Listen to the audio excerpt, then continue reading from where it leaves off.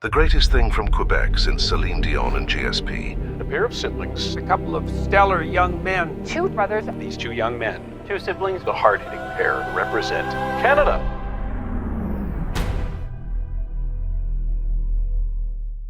Welcome to Thinkin Bros. My name is Chris. And I'm Alex. We're your favorite corner store philosophers trying to figure out life one conundrum at a time. Today we're going to be talking about Thomas Nagel's What it's like to be a bat. What It's Like to Be a Bat, and also Sigmund Freud's, Well, introductory lectures on psychoanalysis, but specifically the psychology of errors. Yeah, you didn't say it, but it's his first introduction of Freudian slips, right? That's essentially what it is. Yeah, pretty much. All right, and I just like to preface this by saying I flossed this morning, so it feels a little bit different because it feels like I can face my dentist without having to lie and look the dentist in the eye and say, yeah, that's me.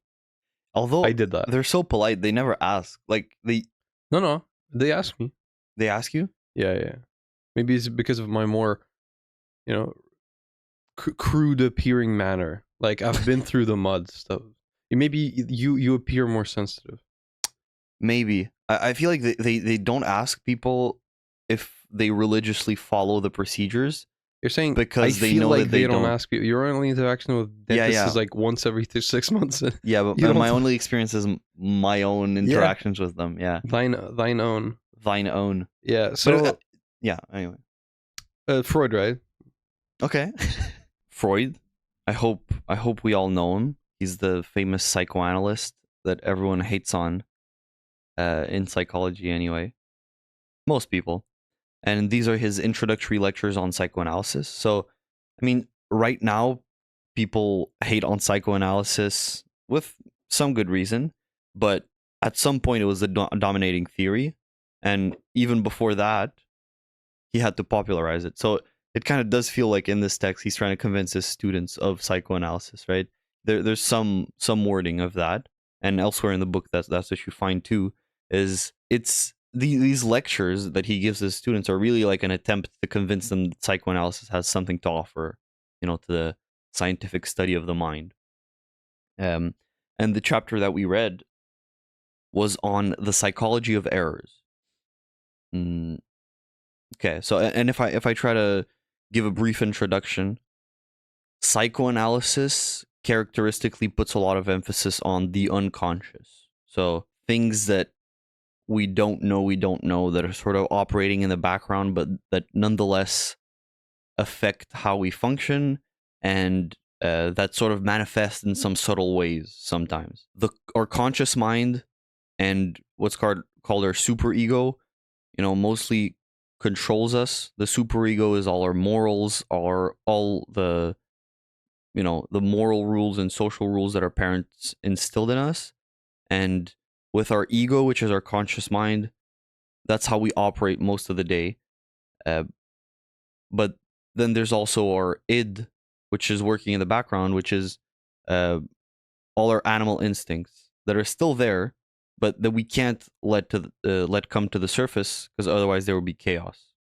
A brief introduction to psychoanalysis. And the id and the unconscious in general manifests itself through dreams, because in dreams there's no, there's not our consciousness in the way to sort of try to filter through what's manifesting in the mind, and there's no superego to control for morality and everything.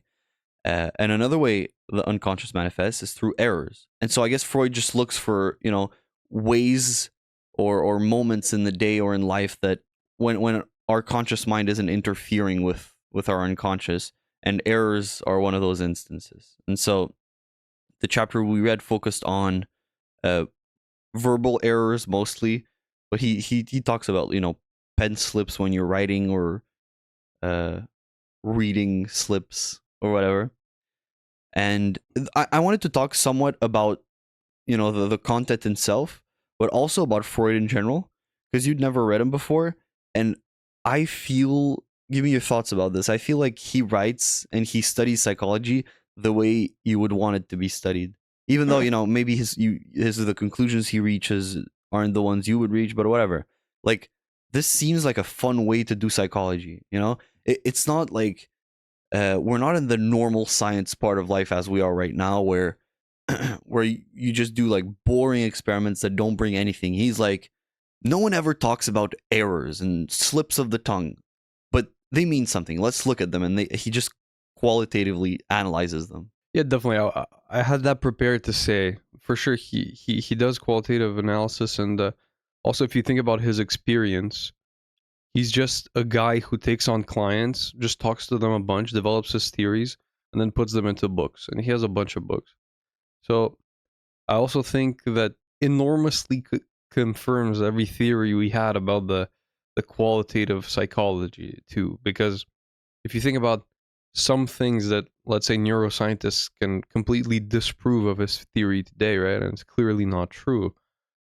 Yet he's very rigorous in his ways, right? He gives, for example, historical examples, right? His randomized control trial version is to say, hey guys, here is an example of a slip of a tongue that happened in Congress 50 years ago by our president or something. Yeah. And it's really cool, and that is exactly how I imagine things to be, right?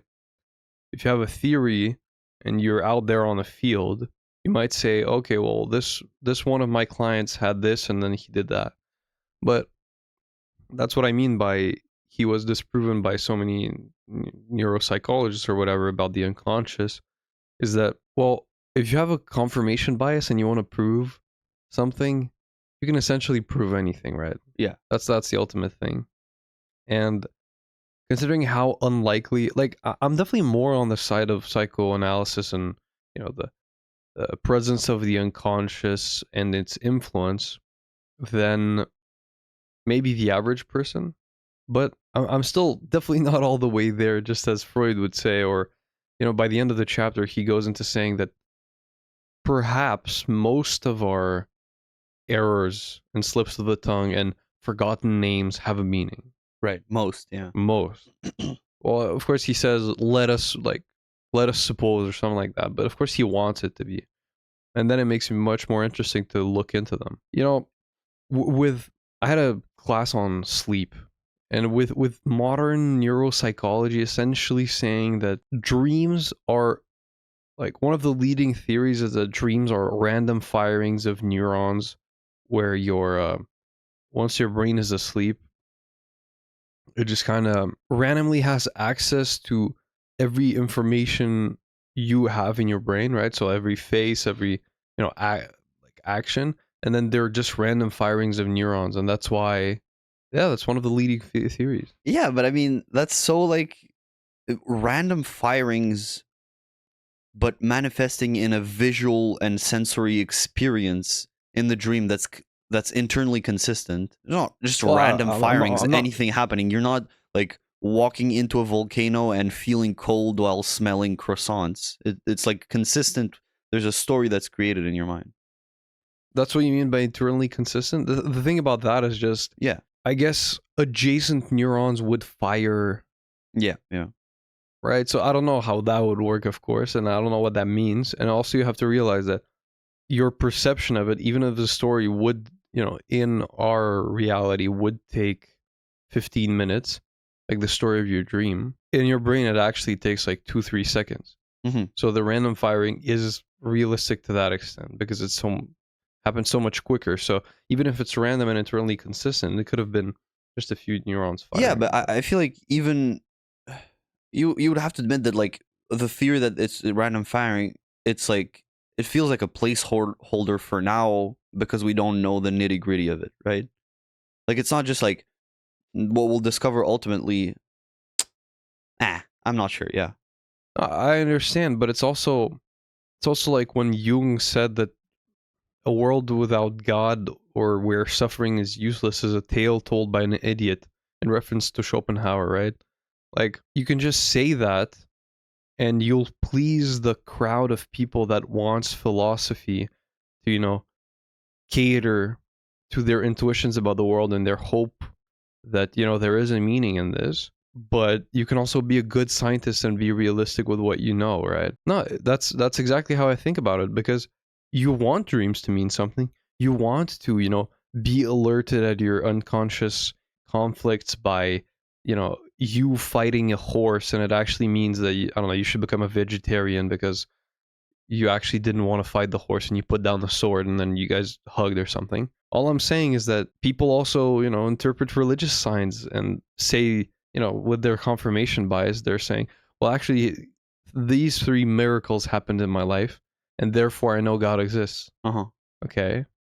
Well, sure. Yeah. Well, I guess we're getting into like the validity of psychoanalysis, but what I would say is, like our professor said, there are rules to like apparent randomness, right? There's something there. The problem, once again, is that Give the dice example. It's actually a good analogy. Yeah. So let's say he gave this actually on his Freud lecture, just to give him some credit, because everyone just dismisses Freud so much. Because, well, yeah. Let's say you're shown subsequent faces of a die. You don't see like a 3D image. All you see is one face after another. The result of a roll. And you see, let's say, 1 dot in the middle, and 2 dots like this, and then 3 dots, and then in random order. And all you see is the face. What you could say is, oh, the result of what I'm seeing in front of me is completely random. Let's not study it. It's just, and you could prove scientifically or mathematically also that it's random, that the order of the things that appear are random. But even within this randomness, can be studied scientifically to some extent, and rules can be given. From just the face and these, let's say you do 100 rolls, you can say, okay, this may be like a 3D cube with each face having a number, and it goes from 1 to 6. And what will never happen is that there'll never be a 7 in front of me. Although you can't really say that, right? If you only see the faces, but with enough experience, you can like sort of confidently say that. So it is random. It's a random process with the rolling of the dice, but there are some rules within it, and I don't know. I don't know if you can say meaning, but there's something in it. And yeah, and that's the way I think about it, and that's how I'm not convinced by the psychology of errors either that we just read, but as he says in the lectures, there's a reason it went one way and not the other. And the same thing for dreams, right? You could have dreamed absolutely anything, and yeah, once again, you could say that no, there's no reason for it, and that's it. But yeah, what do you think about that? Yeah, I don't know what the conclusion is. I guess it's like my internal debate about religion. The conclusion must be, whatever helps you the most. Right, yeah. Realistically, like if you're out there resolving your internal conflicts after a dream, and I'm not, good for you, right? The difference is how to make it a science, and it's kind of, when I was reading it, that's what I felt. Like whenever he gets into how his observations fit into his narrative, I was kind of disconnected. But when he was actually saying the observations, I was like, okay, well, this is exactly what I think a good psychologist would do.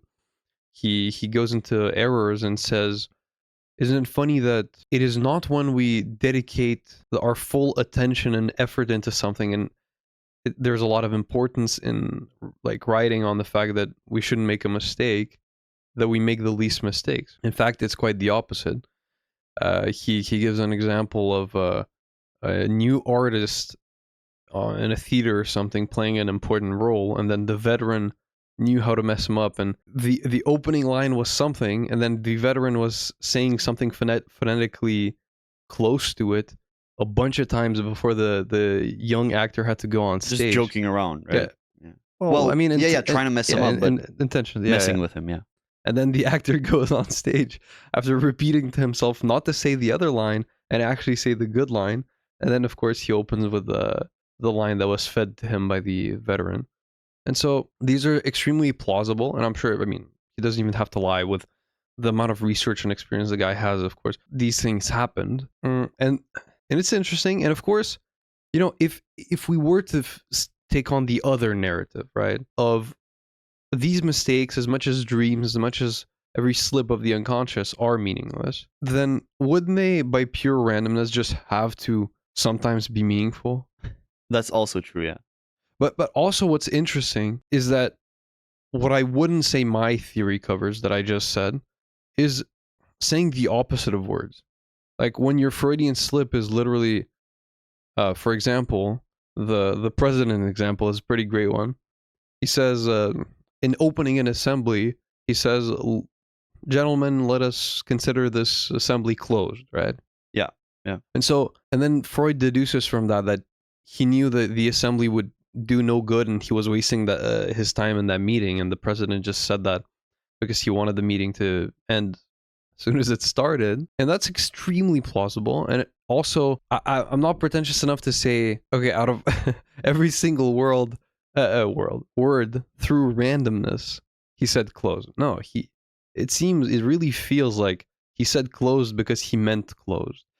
But at the same time, you know, the Heb neurons, those that fire together, wired together, I feel like open and close are pretty close in terms of connections in your brain. And so thinking about the concept open would also allow the closed word to be co-firing, which right. So if you take on this like random firing of neurons theory of dreams, because our experiences / errors are so cohesive, right? You say the opposite of a word, or you say something phonetically similar, or you say something with invert, like paschetti instead of spaghetti or something. I guess that's a thing, right? Whatever. Yeah, but I don't think that's a slip. I think that's intentional. No, but if it were, like, Okay, yeah.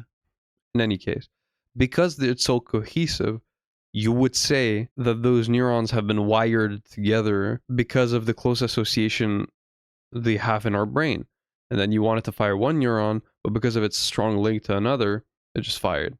That's realistic as well. That's realistic as well, but then Freud, I think, would say that even with that, which they didn't know at the time, I guess, he does go into the neuroscience of the time a bit, because that's what he's arguing against too.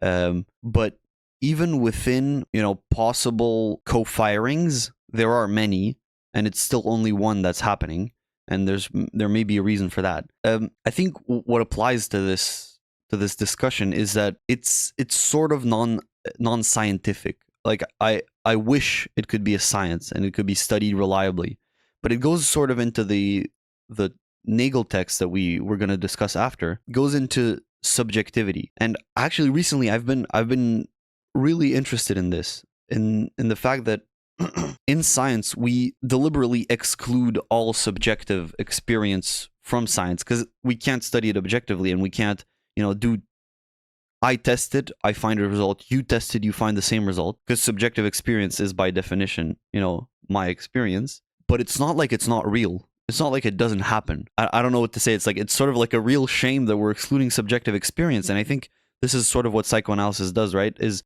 including subjective experience and attempting to study it scientifically, which I'm not sure is possible. What do you think about that? You know, I mean, we're going to get into this later, but essentially Thomas's conclusion is that there's really no use in thinking that the advancement of science, because our hope ultimately, right, and even Freud's hope, is that, you know, guys, we're analyzing these subjective experiences or slips of the tongue or, you know, historical examples or client examples, but we all have to do this because neuroscience isn't advanced enough, right? Once we get a good map of the brain, once we can study these phenomena, that's when we're going to be able to discover all these things. Yeah, like, I'm not sure all if these things. Freud does Freud think that? Well, his theory of the ego and the id and whatever, that's based on the non-advancement of science. But I okay, at the very least, it would be something you would say, right? Like, oh, science can't study these phenomena yet, right? Or maybe it's the common thinking. It feels like someone would think that. Yeah, I do sort of relate with Nagel in the sense that he sort of alludes to the fact that maybe we can't. I don't think it's maybe. I think that's my point, right? My point is, even if you map out the brain, right, like every electrical firing, blah, blah, blah, the peak of evolution of science, how is it ever going to help you describe the experience of the color red, right? That's the point. Exactly. And that's completely talking about the other text. So yeah, okay. But like, let's take that point, which is, I think, you know, self-contained in its understandability. Sure, yeah. And then go back here and say, well, look, like this is not let's put aside qualitative analysis and let's like bring out the big guns and actually look into the science of it and study neuroscience. No advancement of neuroscience is ever going to help us, link historical examples to phenomena and Freudian slips actually having an intention and a hidden meaning. I think it's important to study. Yeah, the thing is, you can neuroscientifically study, let's say dreams is an easier example. We get a reading off of every neuron in the brain. Okay, we're so advanced, and we're like all we could say is these neurons fired when you dreamed, and they're like the visual cortex neuron, the auditory cortex neuron, and you're like, yeah, I did see and hear something. Okay, now what? Like it's so if you were to assume that psychoanalysis actually is doing something, right, and there are deep repressed memories that you accumulate through your life, right? Let's say something easy. You start a new job and you're insecure about, like, what are people insecure about? Their performance. Their performance, right? Yeah. And you start a new job and then it's going to be a stressor, so you also go to therapy. And then you talk it out every week. And through time, the stress accumulates. There are small experiences at work that make you aware that you may not be the most advanced person out there in the team. And eventually you even have dreams, again, assuming that all of this is true, symbolic dreams that is revealing to you that insecurity. And then through an analysis of all of this, you can fix it. What the neuroscience would have to do essentially is you would have to have a Neuralink that is linked to like as many neurons as it needs to determine the localization of phenomena, right? So if neurons in areas do similar things, you can allow yourself to only link one electrode to it. But still, to go as deep as something as qualitative analysis and to say, okay, this was my experience when I met my coworker Josh and he said what he did today, and then to go that deep, it would essentially have to be linked to every neuron in the brain, right? And then what it also would have to do is you would have to go for those 30 days where you had your psychoanalysis, although I know it takes a lot more than that, but let's say in our thought experiment, you would have to go through those 30 days with the Neuralink plugged into your brain, and then you would have to go to sleep and have the symbolic dream.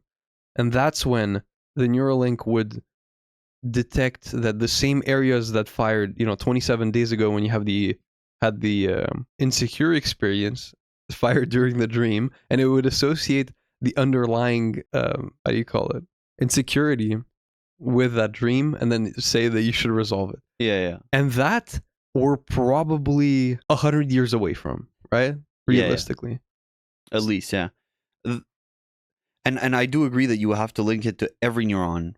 I thought about this, I think, while reading the Nagel text, but it has to do with what we're talking about. There's a computer program that they created where it's like neuroscience mind reading, where they connect to the visual cortex, the occipital cortex, and they show images to the person, and an AI that isn't fed the images that people are shown recreates the image based on the firing of the neurons in the back.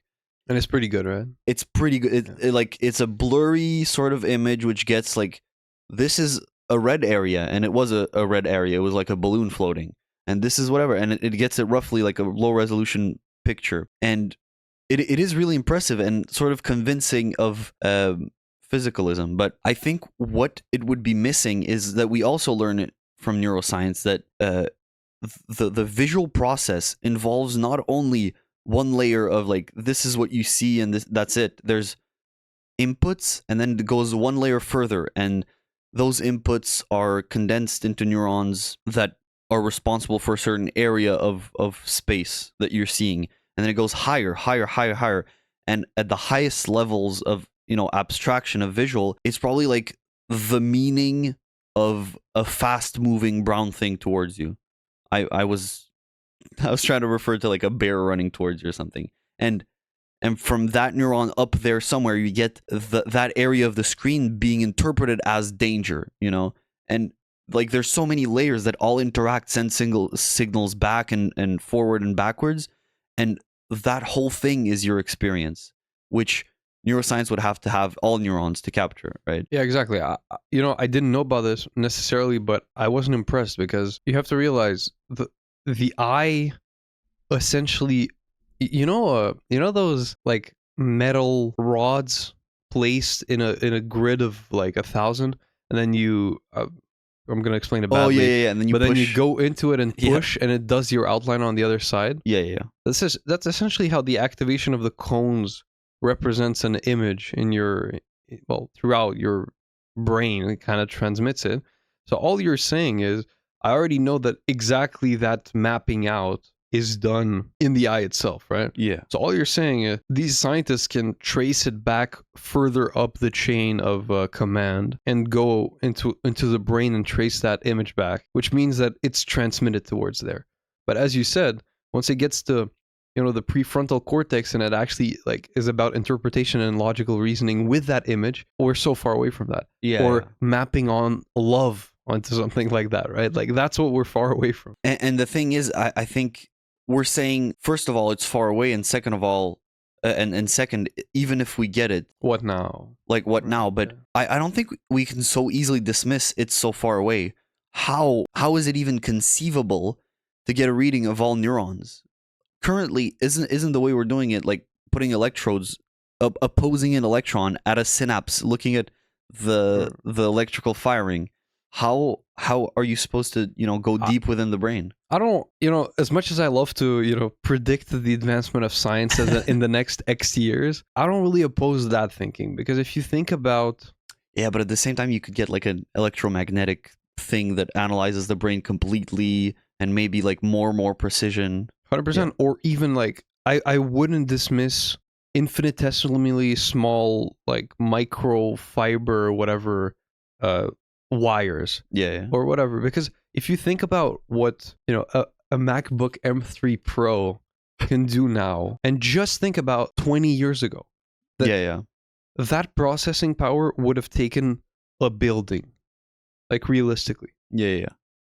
I think just looking at that, you can kind of drop your biases of your era and being like, there's no way.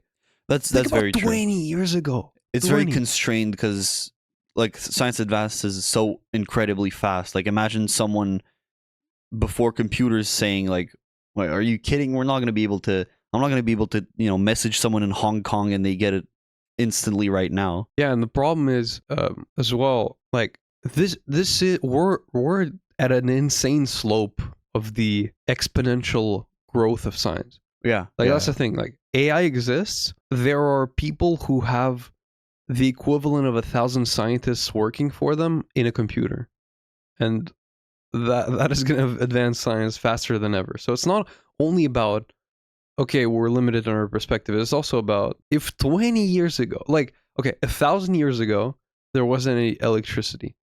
20 years ago, from 20 years ago, we condensed a building's worth of processing power into something I can hold like a book. Think about in 10 years. Yeah. That's the thing. Like that's how exponentiality works. So thanks for tuning in to the math lesson. Anything more to say? We had an interesting discussion. It just wasn't necessarily about the errors. But as you understand, Freud believes Freudian slips have meaning, and that's kind of all we read. I guess if we kept reading, it would be more. Yeah, it is not very condensed, right? It's not like here's an expose of this concept. Half the chapter was also him convincing us that it may be important and like to stick around. Yeah. Like, hey guys, I like how he talks though. No, it's cool. It's good writing, and I was surprised because I don't know, like old German translated philosophers are horrible in English. But yeah. I guess what I would conclude with is, I mostly don't believe psychoanalysis. Well, I mostly don't believe that we can get at the meaning. I think there's a reason, as he says, for the errors happening. And there's a reason for the dreams happening. But just as science isn't there yet, I'm not sure we're there yet. I see it as sort of non-scientific, and it's sort of hermeneutics, right? It's the art of interpretation of signs.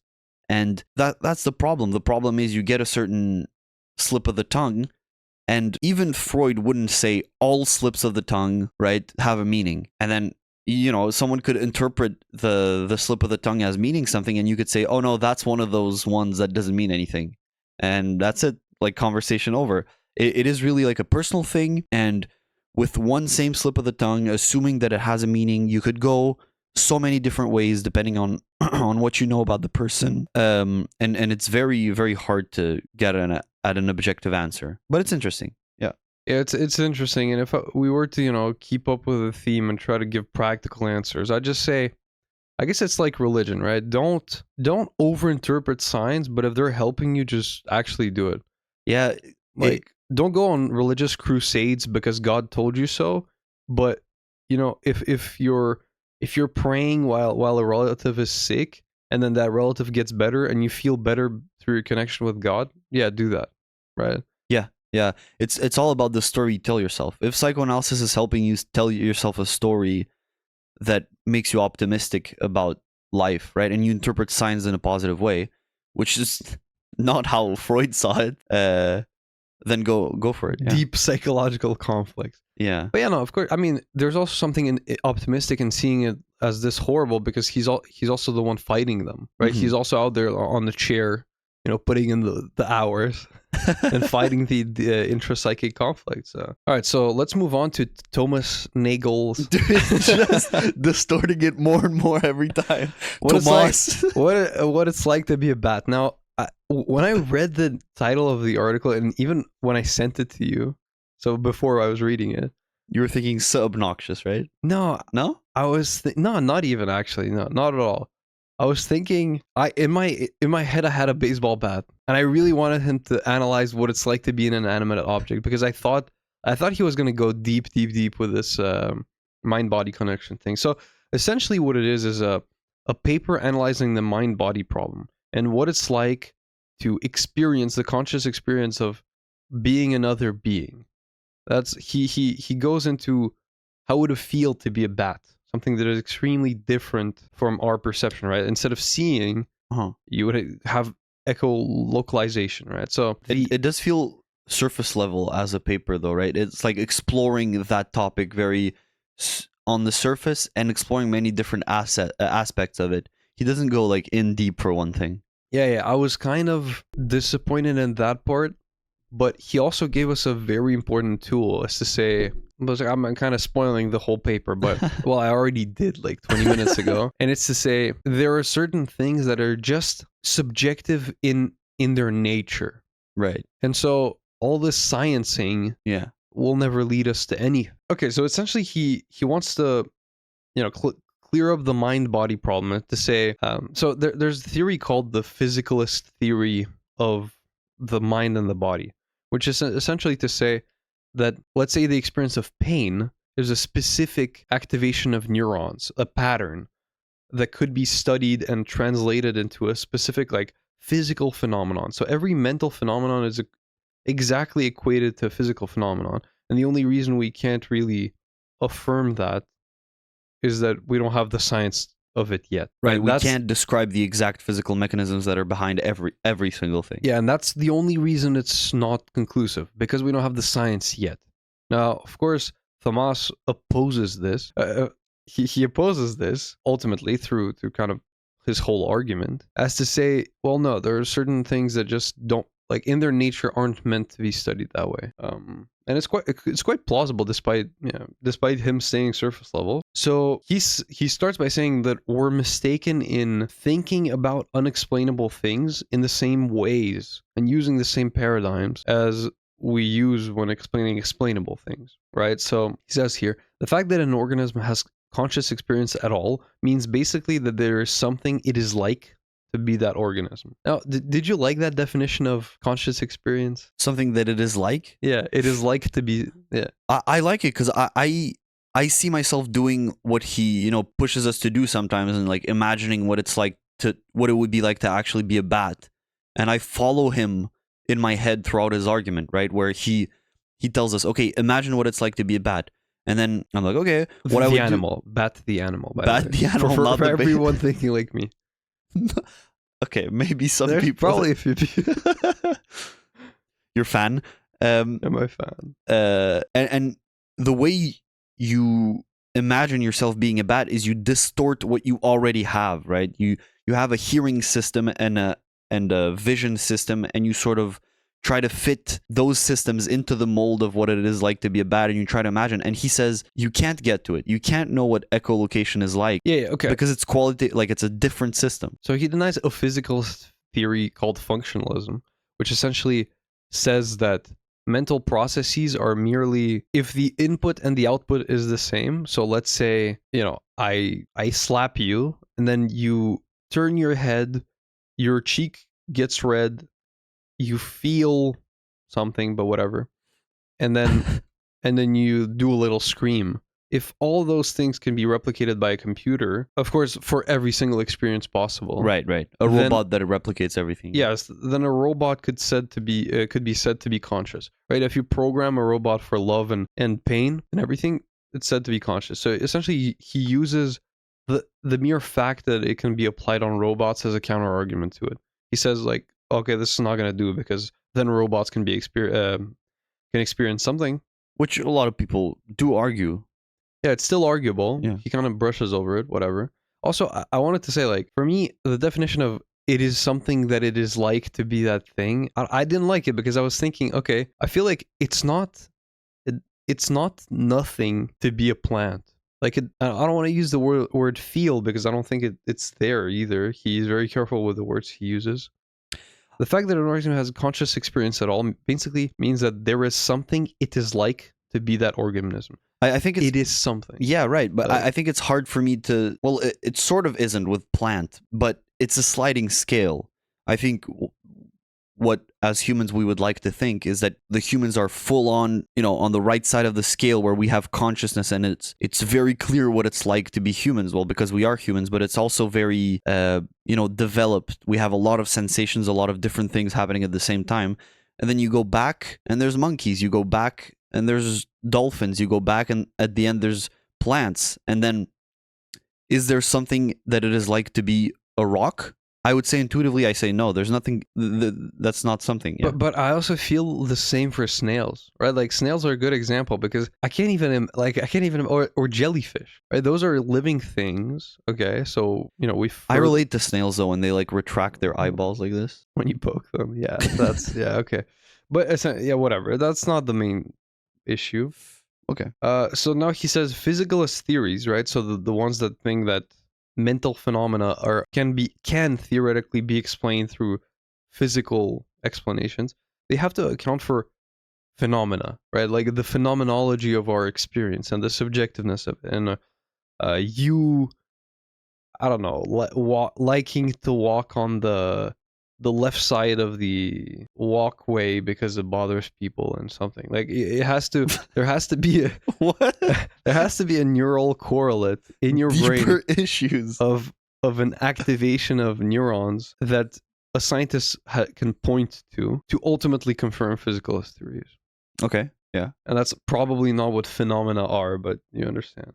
So again, as Alex said, bats, they have experience, and it is like something to be them.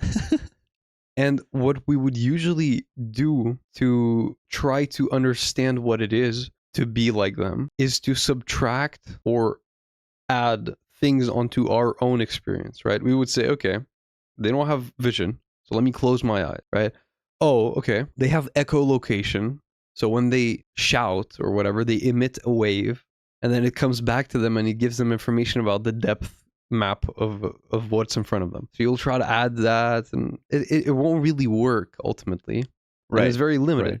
And of course, because the way we usually imagine what it is like to be a thing, the thing is usually a human, and we can do that pretty well. I feel, right? If I imagine what it's like to be you and what you're experiencing, I feel like I'm getting at something. Yeah, and he gets to this later, but he ultimately comes to the conclusion that it is a sliding scale because even a person that is blind from birth has an extremely different phenomenology from yours. Yeah. And you might even be closer, like it would be easier at least for you to explain the color red to a monkey, whatever that would mean, than to a blind person from birth. So it's all relative. Yeah, and he goes into the fact that there are blind people that do click their tongue and use more or less echolocation. They're less skilled at it because that's not what humans are made for, but they do it pretty successfully, and they're certainly closer to understanding bats than we are. Yeah.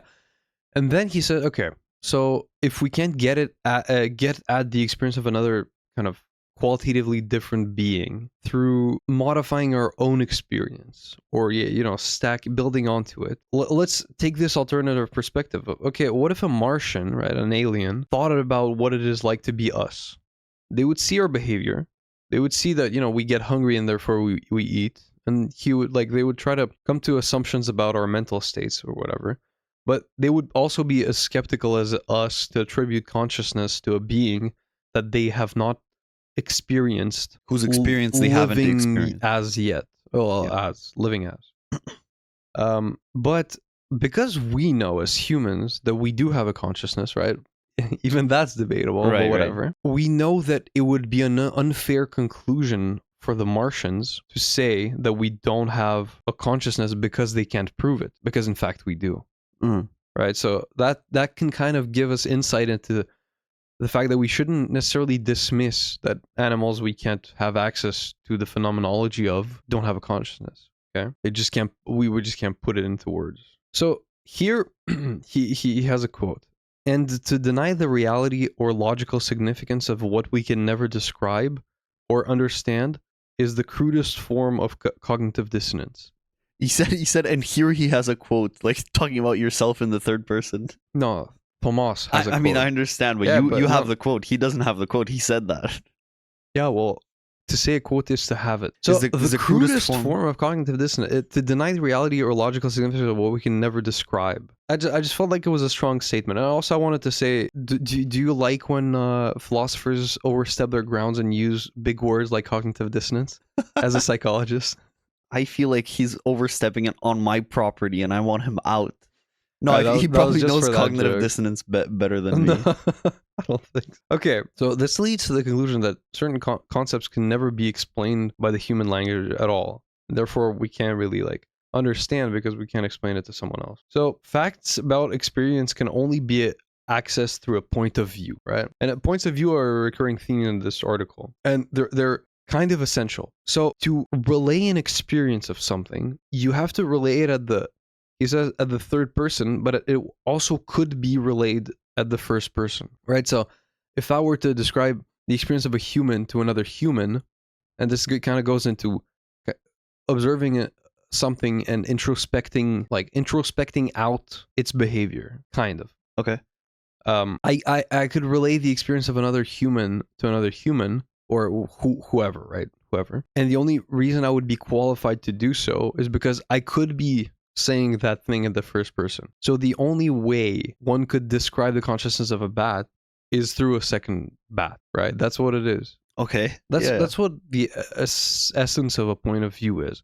He says, okay, there are points of view, and we can't really cross over between points of view and to at least for experience, right? What's the last thing you said though? That made me think of something else. What's the experience of a bat can only be relayed through a second bat? No, not you. What you got from Nagel? And to deny the reality or logical significance. Didn't you say something after that? You said from a point of view. Okay, these are my quotes though. Oh, okay. Facts about what an experience can only be accessed through a point of view. Yeah, there's the whole that made me think of the part where he talks about lightning and actual or rainbows and actual. That's right after physical phenomena. Okay, you're gonna talk about it. Yeah, so.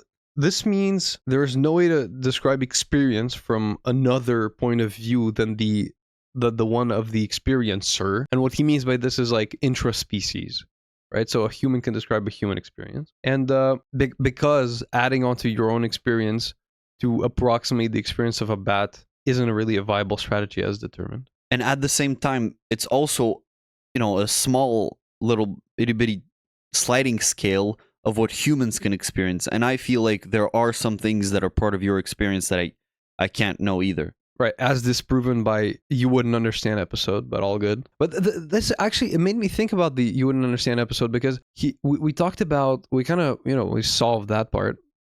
We talked about the fact that if you were to recount an experience to me or try to explain to me what it feels like to be you or in that moment, yeah, you would have to go off of things that I know. Yeah. Yeah, you would have to say, okay, step on a Lego. Okay, my accident felt like stepping on a Lego 1,000 times over. Right. Something like that, right? You would have to build onto my experiences. Now, of course, the first thing that takes is the ability to communicate with another species, or, between us. Like, I know there are miles between us, but so About 30 centimeters. all right, well, that's a horrible estimate. Okay, I don't want to say a meter though. and Okay. yeah, and communication, but whatever. Obviously, we're not arguing that we can't talk with a bat, but you have to build onto the things that I know. But that would have to come with a certainty that I know them as well. Yeah, but my only No, you know what? If you want to get into the nitty gritty of the science of phenomenology, you're getting at, if you're describing your experience to me, you're getting at it, and I can sort of understand it, but I can't experience it ever. No, of course. That's another. But I think it was also like, it has to be a common thing between us, right? Like, drop your book on your foot. Like, we've both done that, but you've also had another pain experience, and you're going to use the book on the foot to explain to me. Yeah. Now, the only reason I can relate to the book on the foot is because, yes, it happened to me, but also because I'm a human. So it's probably going to feel similar than dropping a book on the foot of an elephant. Similar. I feel like it could be like, one of those classic books that in 1,000 years people will refer to it, and you'll have heard of it, but you won't really like know what it's about, and you'll kind of vaguely know my name. If I name a book on the foot of an elephant, like, it feels deep. It just feels deep in its meaning. So, like Blood Meridian, right? Like a book on the foot of an elephant. It just feels like filled with meaning. Yeah. I want to know what it's like to be that elephant. The phenomenology of his experience. So, okay. Now, right. So then he says, at most one can study thoroughly the physical consequences of our phenomenology. Right? So an alien could come right here with their developed science and know the neurophysiology. I don't think that's what it is, but whatever, Yeah. of our brain better than humans would, and still they wouldn't know what it's like to be human. They still couldn't access that, phenomenology, that experience. Now, so to form a conception of what it is like to be a bat, one needs a bat's point of view. Points of view are a continuum, and if your understanding of a species' point of view is partial, your conception of their experience will be partial as well. And this is where we can kind of enter the sliding scale with blind people, where there are certain things that they experience probably quite the same as us, like hunger, but we only have a partial understanding of their phenomenology and the way they experience the world. So even accessing their consciousness would be partial for us. Okay, now we can get to the thunder example. You want to say what you remember from it? Yeah, what I got from the thunder example is, I think, physical phenomena, that's how he qualifies physical phenomena, actually, is phenomena that can be viewed from different points of view and from which something objective can be abstracted, right? Which is independent of point of view. And so with lightning, you can describe, or a rainbow is easier, you can describe the optics behind it and what happens with light so that a rainbow is created. And we can do that, let's say, just as well as a more advanced Martian, describe the exact phenomena that go into the rainbow. But we see a rainbow with all those colors and it's beautiful, and they may not. That's the phenomenology of it, right? And physical, you can have physical descriptions, but then you also have phenomenological experiences, which are different. Yeah, so if you think about thunder, right, specifically the bolt of white light, there is something objective beyond the activation of the cones in our eyes, or even the way we interpret it in our brain and what we experience it. There is something out there. There's like there's an objective nature to it. There's electricity, and therefore it can be described to another species from another point of view. And the way we assess these scientific phenomena is first by getting a glimpse of at it through our point of view, and then we can objectivize it and study it and make it further from our point of view, so it's fine. Ultimately, it can be seen from every point of view. That's what science is, right? Now, we've determined that to assess another's experience, like a bat, you would need a bat's point of view. Therefore, Nagel's conclusion here is that experience and consciousness isn't like any other scientific phenomenon, because we don't start off with our point of view and then make it more objective so it can be seen to every other point of view. So essentially, if I could extrapolate, this isn't something he says, we would need a bat scientist to like work for years and have flawed statistical models to make objective the experience of a bat, right? That's because you have to first act. I think this is like one of his big points. The barrier remains, though. Even if it's a human trying to get at what it's like to be a bat, or if it's a bat trying to explain to humans what it's like to be a bat, I feel like the barrier is still there. Okay, but I think that's the next point, and it may be the final point that we can get to. You're right, and that's where phenomenology comes in, and that's where the big question comes in, right? But I just want to like recap so it's clear, right? Thunder, there is like an objective thing behind the phenomenon that doesn't matter about our point of view or whatever. It exists, and an alien can experience it differently.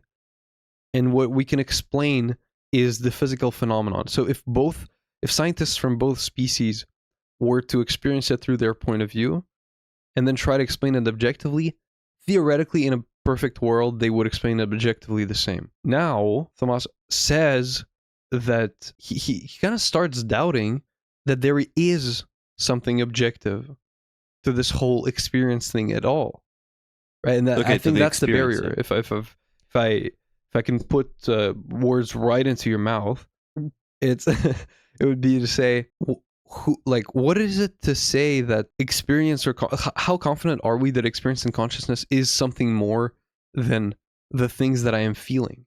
Can I even imagine what it would mean to objectivize my phenomenology and the way I experience the world? Right. Yeah. It feels very convincing when I go like into physicalism. Like when you try to imagine yourself as a physicalist deeply, which I feel like we sort of are intuitively, but I can, as we said, I can imagine knowing all the brain firings that are happening for me to say the sentences I'm saying. And that still leaves something out. It leaves out consciousness. It leaves out what it's like to be me and to have these experiences and, to have the sensory experiences all at the same time of feeling, a chair in my hand at the same time that I'm talking and, feeling all these things, just feeling. What are the facts? That is left out by the facts of physical occurrences. Yeah, just think about like me versus a person who really enjoys art and could look at a painting and like have an emotion. Just think about that, right? Like if we want to say that there's something objective about human experience, we would have to account for somebody gasping after seeing like a theater show, and me just sitting there and being like thinking about scrolling on TikTok, as of course I do. And that's where the sliding scale comes in, like just even the difference between a blind person. So now he, unless you may have something more to say, but now he proposes a solution, which, I mean... Oh, it's so not satisfying. Yeah, it's really, like, it's not a great way to wrap up the... I was, like, he leaves, like, I don't know, what, 1 page, maybe 1.5 pages for, like, okay, this is what I propose. And then you're hyped, right? You're like, oh. You're hyped, and then I'm like, okay, he's going to say, like, for example, we could do this or this. He doesn't give any example. He's just like, let's try to develop, yeah. Yeah, but he essentially, okay, so I just remembered about the objectivity of experience thing. Claims like seeing the color red, like in explaining it to, a blind person. Seeing the color red is like hearing a trumpet.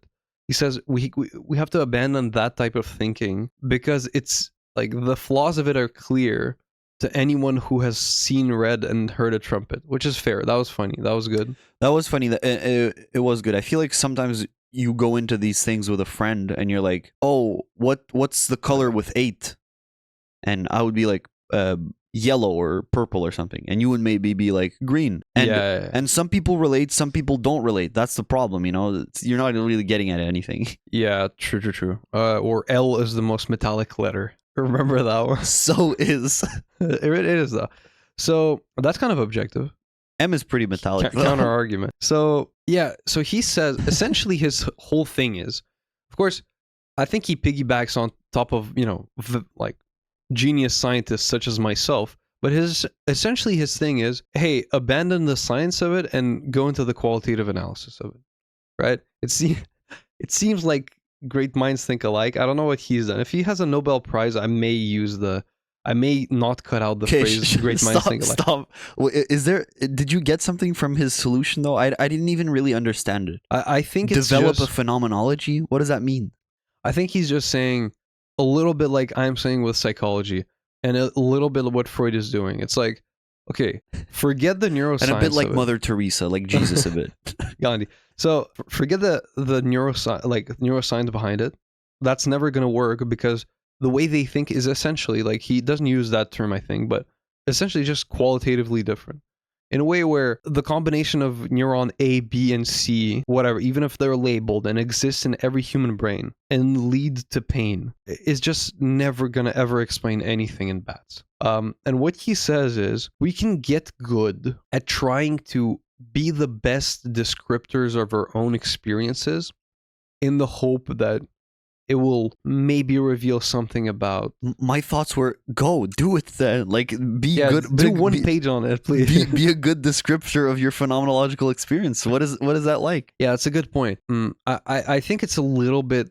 It goes a little bit with the introspection movement in psychology of like saying, yeah, you know, like meaning is a golden tipped blue shovel digging into grass. Yeah, stuff like that. Of course, I really don't like that. And once again, he settled like a good, like, surface level debate on the mind-body problem, but created so many other problems, of course.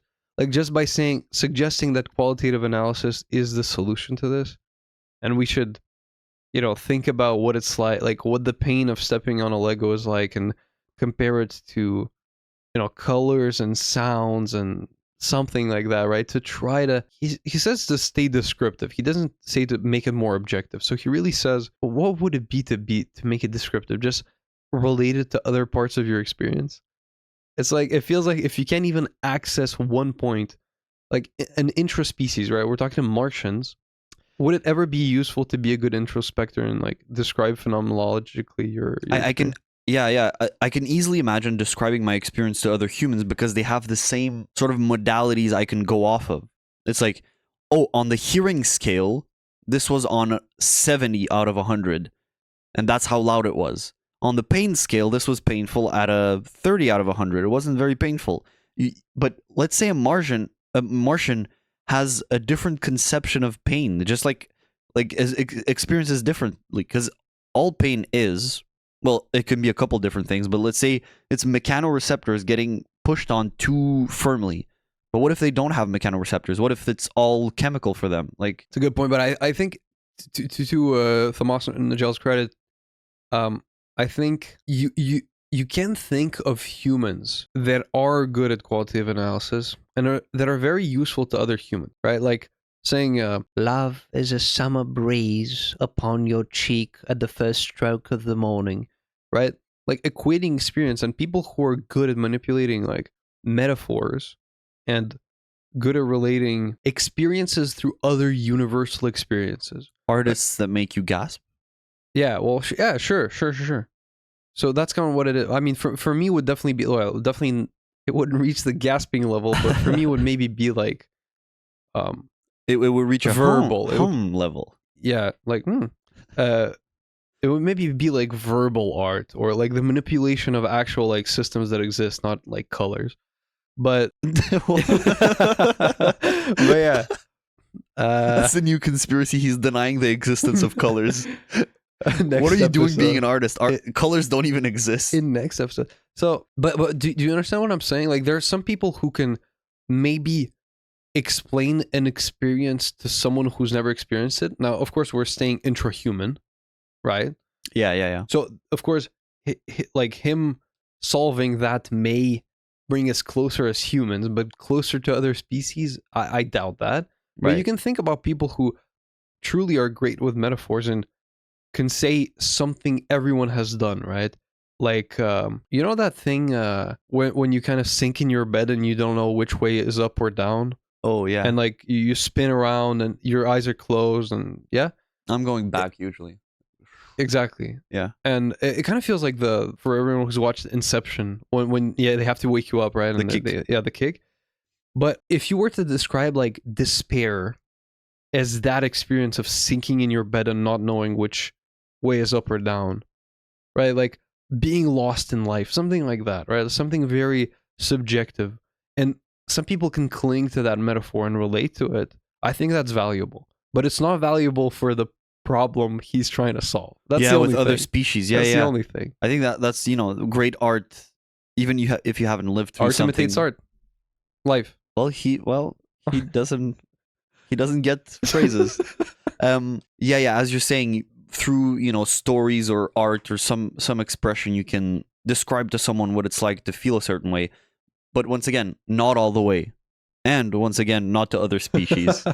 So yeah, he didn't solve much. But I think he's aware of that. He's aware that he's not all pretentious. Like he doesn't No. pretend to solve anything. That's the thing. His goal is not to solve it. His goal is to say, guys, what are you talking about? Yeah. The mind-body connection cannot be solved by physicalism Yeah. because of this. And that's all he says. His goal in this paper is to bring a problem. So Yeah. he does.